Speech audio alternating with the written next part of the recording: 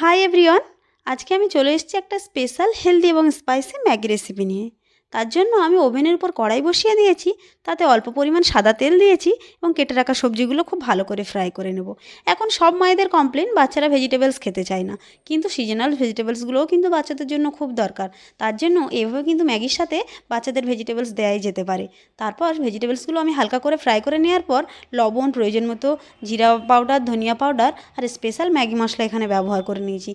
তবে বাচ্চাদের জন্য এই পাউডার মশলাগুলো না দিলেও হবে, শুধু ম্যাগি মশলা দিলে হবে। তারপর পরিমাণ মতো জল দিয়ে জলটা হালকা গরম হয়ে গেলে আমি এখানে ম্যাগিগুলোকে দেবো, তারপর ঢেকে দিয়ে সিদ্ধ করে নেব। সিদ্ধ হওয়ার পর এখানে আমি ব্যবহার করেছিলাম হাফ চামচ সয়া সস, 1 চামচ টমেটো কেচাপ। সেটাকে ভালো করে মিক্সড করার পর এখানে আমি ব্যবহার করেছিলাম চিলি ফ্লেক্স। এটা সম্পূর্ণ অপশনাল, বাচ্চাদের জন্য যখন বানাবেন তখন চিলি ফ্লেক্স না দেওয়াই ভালো। আমরা বড়রা খাবো বলে এটা বানিয়েছিলাম। এটা খেতে অনেক ভালো হয়েছিল।